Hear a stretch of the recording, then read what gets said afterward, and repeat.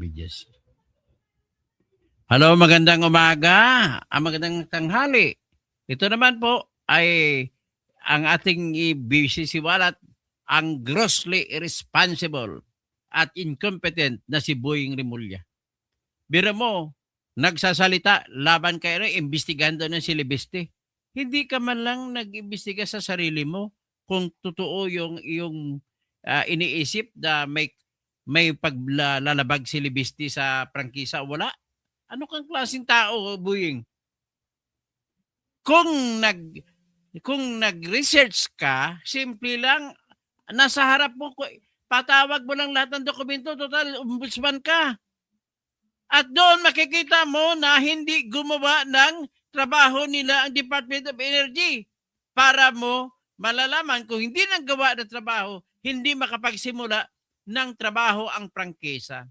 At doon mo sana malalaman na ang prangkisa na binigay ay para pangmaliitan na solar power plant. Hindi yung pangmalakihan. Ang binenta malaman mo sana kung nag-research ka na ang binenta ni Libeste ay yung malaking power plant niya na solar doon sa Kalatagan.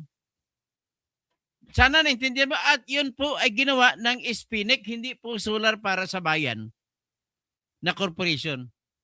Ang Spinec ay ginawa na yan ni Libeste noong 2015 pa.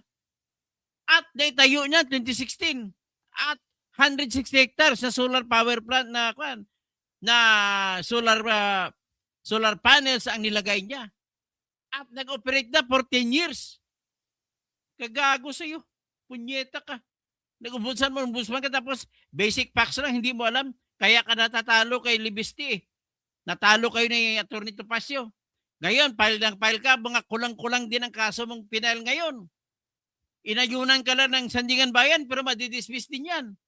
Kulang-kulang ebidensya ninyo, tinatago ninyo para hindi matamaan si Romualdez saka si BBM. Style nyo talaga, bulok. Tapos ito, unahin muna natin ilabas yung impeachment na sinampa. Kauna-unahang impeachment laban kay BBM. At nirekomenda na ni Congressman Nisay. Kaya mag-hearing na ito. Pasensya ka dito, BBM. Inunahan pa, kwento kayo ng kwento na magsampa ng kaso laban kay Sara Duterte. Naunahan pa kayo. Oh, magsabay-sabay ito para sabay-sabay ang hiling. Maganda tingnan to, panoorin. Oh, ito ngayon. Pakinggan niyo yung muna yung balita tungkol sa impeachment laban kay BBM.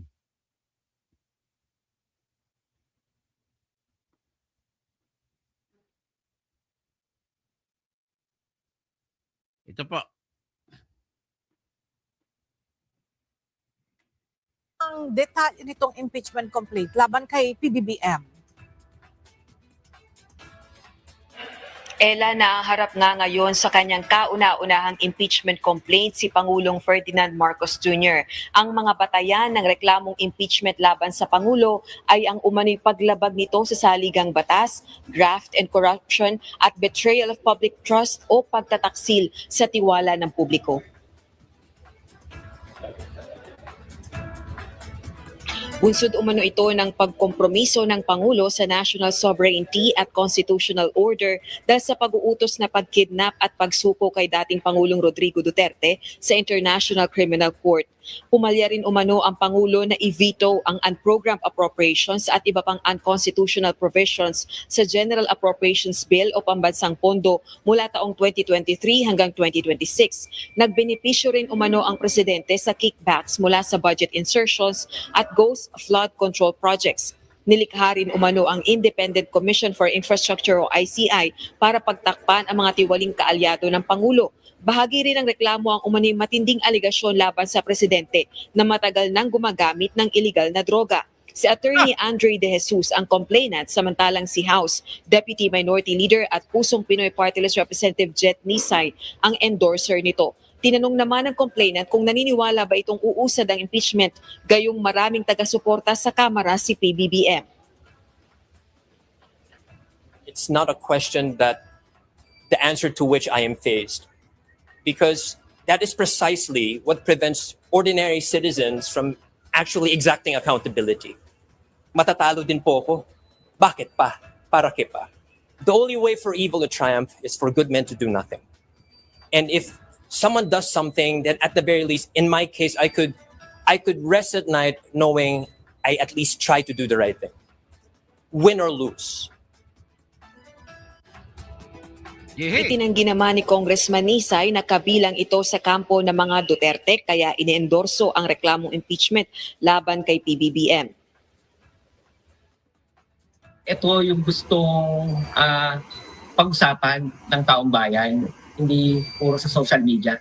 Ito ay sa tamang forum natin dadalhin. At naniniwala kami sa saligang batas, public office sa public trust, that no one, not even the president, is above the law. So sabi nga, mapanagot ang dapat mapanagot. So siguro mapanagot ang totoong may mga sala. Sorry kung to ask this question, pero are you working with the side of the Vice President? Ano?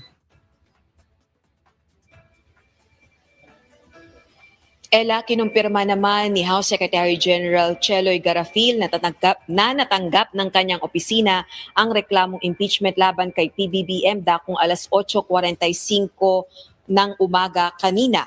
At ire-refer naman or itatransmit ito sa tanggapan ni Speaker Faustino Boji D. III alinsunod sa nakasaad sa konstitusyon at sa panuntunan ng Kamara. Balik sa iyo, Ella. Alright, maraming salamat. Rosalie Coz. So yan, mabuhay Because Attorney Andre De Jesus. Mabuhay, sinusuportahan kita. Mabuhay at talagang wala kasi iba nag-file ng complaint. Ito na ngayon, ang mangyari po nito, kahit ibabasura man nila yan, hindi nila mapigilan ang pag-uusap sa Kongreso at pag-usapan ito, mag-hearing, mapakinggan ng mga mamamayan ang pagpresenta ng mga ebidensya at malaman ng mamamayan kung ano-ano ang mga ebidensya ilalatag laban kay Bongbong Marcos. At kung ano mga ebidensya ipakita, bahala na ang mamamayan magpaparusa sa kanila kung hindi man magtatagumpay itong impeachment reklamo laban kay BBM. So ito ngayon, papunta na tayo ngayon kay Remulla. Ang gross incompetence and recklessness ni Boying Remulla ay dapat matatanggal na. Dapat ito tanggalin na sa ombudsman. Ito po ang ating ipipresenta. Kasi bakit? Nagsasabi siya na dapat imbestigahan si Libeste dahil daw bininta ni Libeste ang prangkesa. Ang problema, hindi totoo. Iba yung bininta niya, ugok. Ang bininta niya po ay hindi prangkesa ng solar para sa bayan. At ang prangkesa na binigay sa kanya noong July 2019 ay prangkesa para sa kumpanya na ang pangalan ay Solar para sa Bayan. Tapos, para malaman mo kung nag-research ka lang, Boying, kwento ka ng kwento. Kung nag-research ka, nalaman mo sana na hindi tumakbo ang prangkesa, hindi na ipatupad sapagkat may mali ang Department of Energy na hindi ito nagsagawa ng rules and regulation. At kung walang rules and regulation, ayon sa utos ng batas, ay hindi mo masisisi ang tao. At hindi rin binigyan si Libeste ng Department of Energy ng Certificate of Public Convenience. At hindi rin siya binigyan ng Letter of Authority para makahingi siya ng business permit sa bawat bayan kung saan siya magpapatayo. Kaya na automatic naging canceled o revoked na yung prangkisa. Wala na yun. Ang binenta niya po yung kumpanya na ang tawag ay Solar Philippines New Energy Corporation na itinayo pa noong 2015. Hindi kasama sa prangkisa yun. At iyon ay solar power plant na malaki. At 10 years na nag-operate bago binili ng Meralco. Ibig sabihin, masyadong tiwala ang Meralco kay Libiste na successful ang kanyang kumpanya at binili pa ito ng 33 billion mahigit. So ano kayo masasabi mo, Boying? O ito, para malaman mo, ipakita ko sa iyo ang batas ng prangkesa. Ang prangkesa po, basahin mo, Boying. Ang batas ng prangkisa ay nagsasabi. Pero bago ko ipakita ang batas ng prangkisa, pakinggan muna natin mga sinasabi ng dito ni Boying. ang number one na problema palagi ng investor sa Pilipinas as compared with the other countries in ASEAN, power. Kuryente ang problema Patay na natin. patay yan. Walang pupunta dito. Tapos maglalagay ka pa ng sinasabi nilang genius na bata na yun na gumawa ng solar. Kalokohan. Niloko lang tayo lahat. Kasi may kakuntsapa yan sa taas. Hindi ka na naintindihan yung corporate structure niya eh. O, sino kasama yan? Di ba yung mga abogadong kausap yan? Siyempre, may connection yan sa taas doon. May connection yan sa Duterte government. 2019 yung franchise. Sino ba naglakad niyan? Hindi, ganito yan ha. Super daw yung naglakad yan eh. Hindi, kasama nanay niya. Ngayon, ituturo mo Duterte, putang ina kabuying. Bakit ng panahon ni Duterte? Para kang nakipagtulog sa katabi sa kama si Duterte. Pating yung Island Cove, yung Kublandia nyo, binenta nyo sa Pogo. Mga putang ina kayo, punyeta kayo kung magsalita. Pakala mo, walang kasalanan. At tinitira mo pa, napaka-traidor mo talaga. Traidor kayo ni John Beck. Si Duterte nagbigay sa inyo ng mga karangyaan sa panahon ni si Duterte presidente. Ngayon, titirahin nyo, ugok ka talaga. Pakinggan mo itong bobo na Rimulya. Kasama doon sa Oo, kasama sa naglakad. Pero siyempre, Incumbent yun eh. pero siyempre, kunyari, ano siya, Arm's length. arm's length siya. Pero, chairman ka ng budget, chairman ka ng finance committee.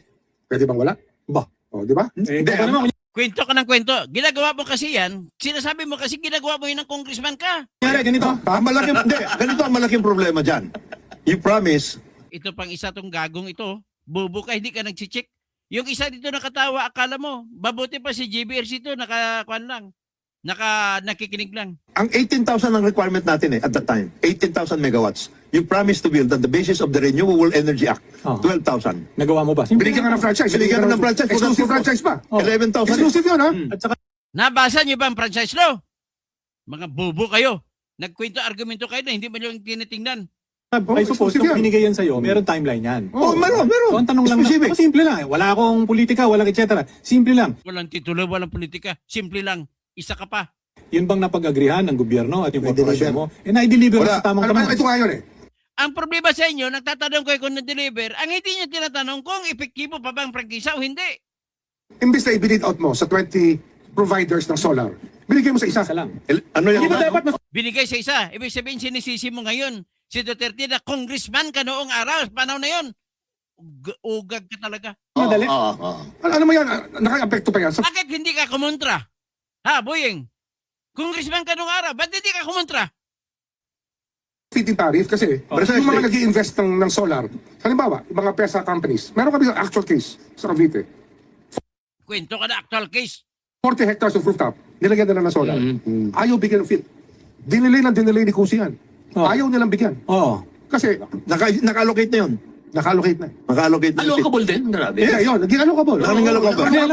Alam mo, 2008, ranking yung franchise. Di, naging allocable yung mga 2018 pa lang. Allocable din pala. Oh. kasi yan dapat, ombudsman, matignan mo din yung energy sector. Ha? Super yan. Super, Super yan, super yan. In the past, Okay. Ipakita ko naman sa inyo, mga kupal kayo, mga bubo kayo, nagsama-sama pa kayo, itong batas. Ito po yung mga batas, mga kupal kayo. Basahin nyo, Republic Act 11357.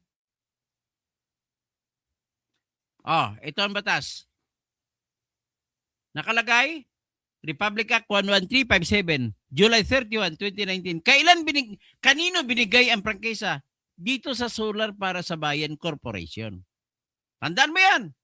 At ano nakalagay? Nakalagay po sa Section 11.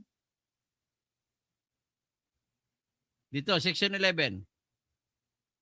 Ang haba ng prangkisa ay 25 years. Pero, i-revoke. At ang isa sa dahilan na pwedeng i-revoke ay automatic revoke kung hindi nagamit sa loob ng 2 taon. Deemed ipso facto revoked in the event that the grantee fails to operate continuously for 2 years. Walang kwalifikasyon kung bakit nag-failure.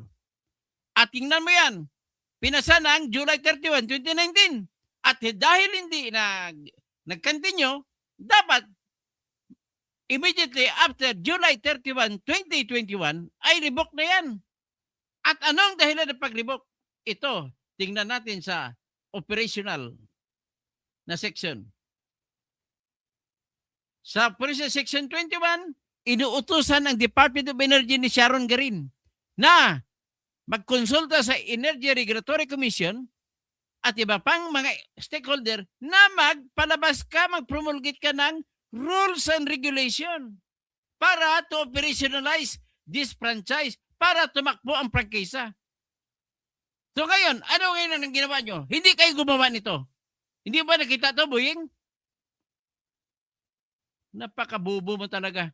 Gusto nyo lang kontrahin ang bata dahil nagalit kayo sa bata at nilabas yung tinatawag na Cabral Files. Iyan ang problema sa inyo. So ngayon, para ipakita, ang binenta po ni Libeste ay yung kumpanya na pinatayo yung 2015 pa. At ito yung binili na Meralco. Ibig sabihin, lihiti mo, bibilhin ba ng Meralco ng 33 billion? Kung palpak yan?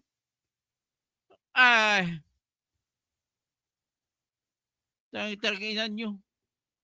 Punyeta ka. O ito po, ipapakita ko sa inyo yung mga solar farms ni Libiste. Ito po yung sa Calatagan at saka sa Tarlac. Ang sa Piñaranda, Nueva Ecija ay kanya pang papagawa, pero gamit na ang pangalan ng Terra Corporation. At ang gamit ang Terra Corporation ay kasama ng Meralco dyan, Imgen. O ito yung sa Terra Solar, ito sa Piñaranda. O yan. Diyan ipatayo. Pero hindi pa nagpapatayo yan. Inumpisan pa lang. Ginagamit pa ngayon ang tinitingnan ng mga prangkesan na yung mga processing ng kanilang ano. Ito naman ipakita ko naman sa inyo yung Tarlac.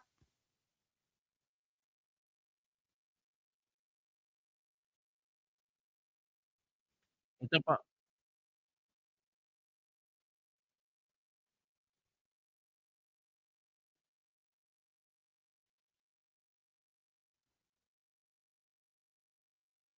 Ito naman ngayon sa Tarlac.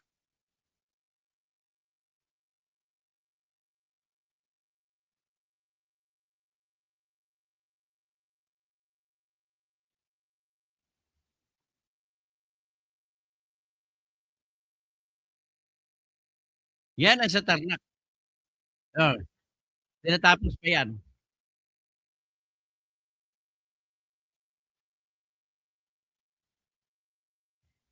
So, yan, nakita na ninyo sa Tarlac yan. Pakita naman natin ang Calatagan, Batangas.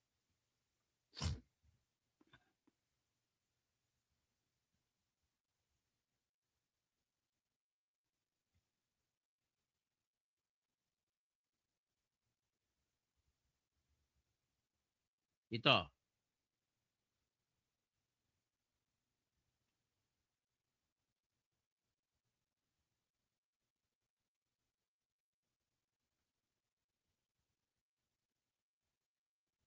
Ito naman ang Calatagan, Batangas.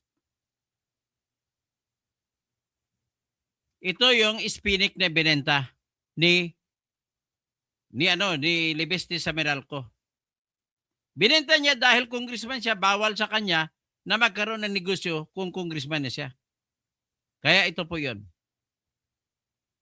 Yan, napakalaki. 160 hectares yan. Tingnan natin. So, yan ha. O, yan. So, yan yung kanyang solar farms doon sa Calatagan, Batangas. 106 hectares po yan. O yan, nanay ni Libeste at saka siya. Ayan, nakalagay, unang distrito. Ayan.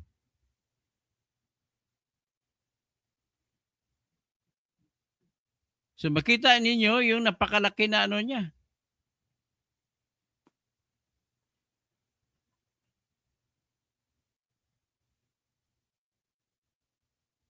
Yan.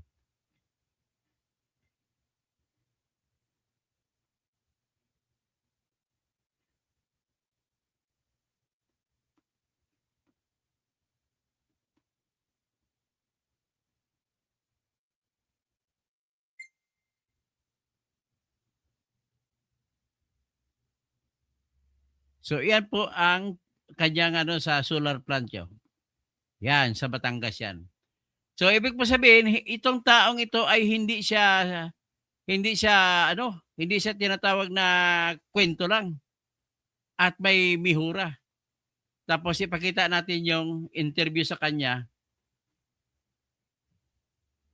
Doon sa yung pumunta siya doon sa Balayan, Batangas. Kalatagan.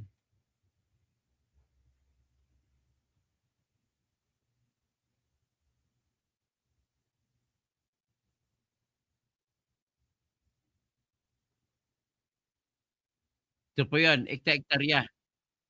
So ipakita ko sa inyo yung interview sa kanya doon sa ekta-ektarya niya. Doon mismo siya in-interview ng mga media. Kaya walang kwenta tong Boeing Rimulya na to eh.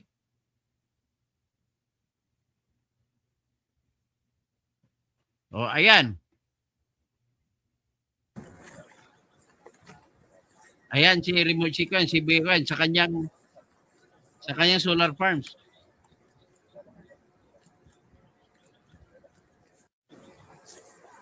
Ayan. At Kalatagan. At 2016, ako po ay nag-turn 23 noong March 18, kaya 22 years old po ako noon. At ito po ay ang una kong malaking solar project.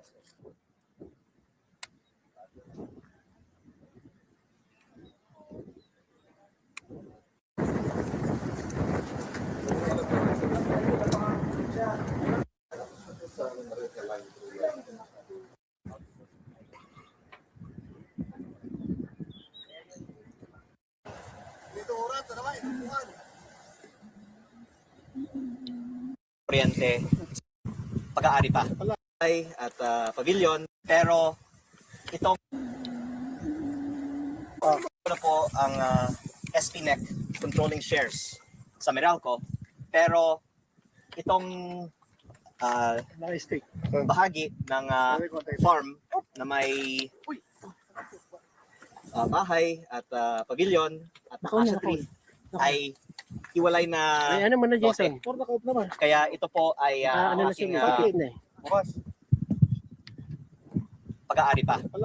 Pero ang solar power plant na ito ay nagbabato ng kuryente sa national grid at maayos po siya na tumatakbo sa mag isang dekada na. Oh, 10 years na tumatakbo.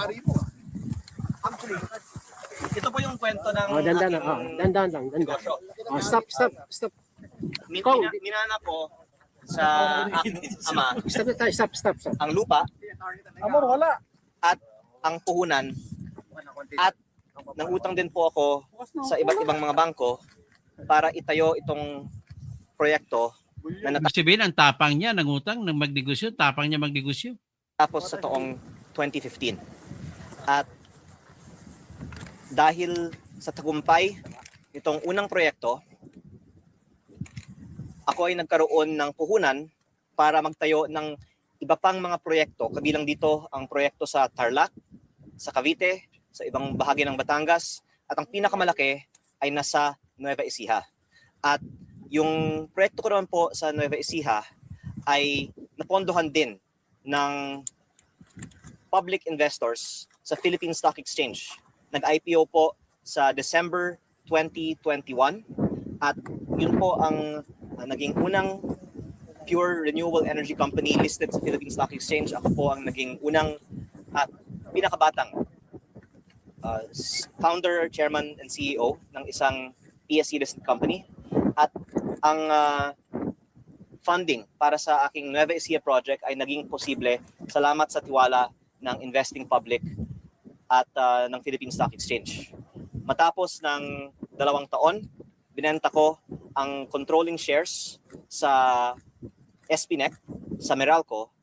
Nagpasok po sila ng iba-ibang mga tranches ng investment. Una, para mag-take control ng company. Pagkatapos po para i-buy out ang karamihan ng aking shares. Ang suma total ng kanilang investment so far sa SPNEC ay, kung hindi po ako nagkakamali, nasa 34 billion pesos.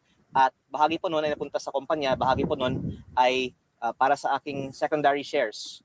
At may natitira pa akong mga shares na actually inanunsyo ko na ibinebenta ko din po para umexit na po ako sa pati shareholding ng solar power business. At ang story na to ay patunay din na yung source ng aking pera ay hindi po sa gobyerno. Ito po ay mga pribado kong mga investments, at nagkataon lang kasi na matagumpay itong unang proyekto kaya ako nagkaroon ng mas malaking puhunan simula sa simula. Nagmana po ako kasi ng puhunan para itayo itong unang proyekto. Nagkataon at tagumpay ang unang proyekto kaya ako nagkaroon ng puhunan para magtayo ng mga mas malalaki pang mga proyekto, at nagtiwala sa akin ang Philippine Stock Exchange investors, at matapos 2 taon, nagtiwala ang Meralco na maisakatuparan natin ang pinakamalaking renewable energy project ng bansa, na naging pinakamalaking foreign investment din ng bansa sa 2025 dahil sa pagpasok ng isang malaking dayuhang investor na hinikayat ng Meralco. At si PBBM po ang nag-groundbreaking ng aming Nueva Ecija Solar Project, na baka sa mga susunod na mga buwan ay matapos din ang unang phase na may pinakamalaki ng kapasidad sa buong Southeast Asia. At ang I think mga pahayag naman po ng gobyerno ay maganda tungkol sa mga proyekto ko, kaya nagulat po ako na biglang naging negatibo matapos kong ibunyag yung Cabral Files. Kaya maingat po ako na linawin na hindi ko po kaaway ang gobyerno. Ako po ay may parehong advokasya sa gobyerno laban sa korupsyon at para sa transparency. Baka hindi lang po nagkakaroon ng understanding minsan dahil syempre pag madalas po mag-vlog si Yusek Claire Castro, baka may mga mali din na mga lumalabas sa salita. Kaya may chance naman po na ma-reconcile ang mga differences. Kaya po din hindi sinampahan ng criminal case pa si Yusek Claire Castro. Pero ang gusto ko pong ipaliwanag sa taong bayan. Nakwento ko na kanina paano ko sinimula ng aking kumpanya at paano ito lumaki in terms of financial transactions. Ang dahilan na ang Meralco ay nagbayad ng mahigit kumulang 34 billion para sa aking SPNEC company ay mostly because of the land that I acquired with the funding of the Philippine Stock Exchange investors in Nueva Ecija. May mahigit 3,000 hectares ang kalupaan ng SPNEC. Kabilang po yung nakita niyong mga solar panel, at ang Bibili na ako ng shares ng SPNEC. Bibili ako. kalupaan na ito ay naging essential para makamit ng bansa ang renewable energy targets. Hindi po totoo na wala pong na-deliver, na 2% lang po ang na-deliver, dahil yung lupa ko sa Nueva Ecija ay binili ng Meralco para ma-deliver ang pinakamalaking kapasidad sa buong bansa. At ito po nga ipinuri na ng administrasyon. Binenta ko po yun sa Meralco. Kaya nasa Meralco po ang credit ng proyektong yon, pero nililinaw ko lang po na hindi po totoo na walang na-deliver. Pwede pong bumisita din ang media pag siguro may inauguration ng ating pinakamalaking proyekto sa buong bansa na renewable energy project sa Nueva Ecija. Pero lilinawin ko lang po, hindi po dahil sa prangkisa nagbayad ang Meralco ng 34 billion pesos. Dahil una, wala pong prangkisa yung kumpanyang binenta ko sa Meralco. Nagbayad ang Meralco ng ganoong kahalaga dahil may mahigit 3,000 hektarya na binuo ko matapos ilang taon ng trabaho, gamit din po ng aming puhunan at ang puhunan ng ibang mga investor, na maisakatuparan ang malaking proyekto na tutulong sa supply ng kuryente ng ating bansa at para makamit ng DOE ang kanilang renewable energy targets. Muli, hindi po prangkisa, proyekto sa Nueva Ecija na ang pinakamalaking asset doon ay lupa na binuo ko after many years. Yun po ang dahilan na binili ng Meralco ang kumpanyang yon. Kung ano lang po masasabi ninyo sa statement ni Ombudsman po, yun na siyang pinagmulan po. Steady lang po, steady lang po, steady lang po. Sa pagbebenta ng prangkisa ng inyong kumpanya. uulitin ko na lang po ang pahayag ko kanina na ginagalang ko po si Ombudsman Remulla at siya po ay kaibigan ng aking ina, kaya hindi ko po direktang sinasagot ang mga pahayag niya o ng ibang mga Hindi, kauni kasuhan mo rin ng siya, no, si gobyerno. Remulla. Kasuhan mo rin. Hindi, pwede na hindi. Yung general na sagot na pwede ko pong ibigay ay hindi po totoo na hindi ko binenta ko ang kumpanya na may prangkisa at hindi po totoo na gumawa ako ng pera galing sa prangkisa. Napaliwanag ko po kanina, malaki po ang aking lugi sa prangkisang yon at tumigil po ang operasyon ng kumpanyang yon dahil sa mga kaso at mga ibang issue na ibinabato ng mga kakompetensya na ayaw pumasok ang competitor sa merkado nila at ang hirap din ng pagkuha ng mga permits. Ang masasabi kong malaking hamon sa ating ekonomiya, ang red tape, ang hirap ng pagkuha ng mga permits para sa mga investments. At marami din pong mga negosyante na takot na papasok sila ng malaking puhunan tapos gigipit na lang sila ng mga politiko. Kaya ang ikinalulungkot ko po ngayon, ang ating foreign direct investment ay nasa post-COVID low. Ang peso ay ngayon 59.5 almost to $1. At ang kadahilanan ng mga issue na ito, ang mababang foreign investment at overall investment sa Pilipinas. At Dahil walang tiwala sa mga politiko at akala nila ay titirahin sila ng mga korap na politiko. Kaya hindi nag-andap na magnegosyo ang mga namumuhunan. Kagaya nito, kahit local ka na investor, ayaw mo mag-invest kung ganito, mag-umpisa ka pa lang, hihingian ka na kung katakot-takot ng mga korupsyon. ang hiling ko na lang sana ay magtulungan po tayo para gumanda ang ekonomiya ng Ang Pilipinas. problema, hindi mo makukuha yung hiling mo. Corrupt na yung mga tao sa palibot mo eh. O si Maria Rachel Gustelo, Marcos administration, corrupt na walang kwentang pangulo sa history ng ating bansa. Ang kakapal na mga pagmumuka, mag-resign na sawang-sawa na kami sa panluloko nyo, mga demonyo kayo. Dinira nyo ang tiwala, sinira nyo yung tiwala ng mga investor at mga namumuhunan sa ating bansa. Sinira nyo rin ang Pilipino sa ibang bansa dahil sa nakakahalata ng mga nagpagnanakaw kayo at hinayaan lamang natin. Ganun po si Gerard Amundaleco. Magandang umaga, magandang hapon po. Si Edwina Grampa. Katoto, ganyan talaga kapag nasa kapangyarihan, abusado, kahit fake news, kagaya din yan kay Chucky. Kaya nakasuhan dahil sa pagsisinungaling. Si May Potato. Sir Toto, palit ka pala ng pangalan. Overtodis na pinangalan ko ngayon. Sa Los Angeles, si May Patata. May Patata pala. So hanggang dyan lang. Perni Pinto, Senior, na walang Junior. Maraming salamat po. Paki-like, paki-share, at paki-invite ng mga kaibigan at kamag-anak na mag-join sa ating komunidad ng katotohanan. Maraming salamat po at batas.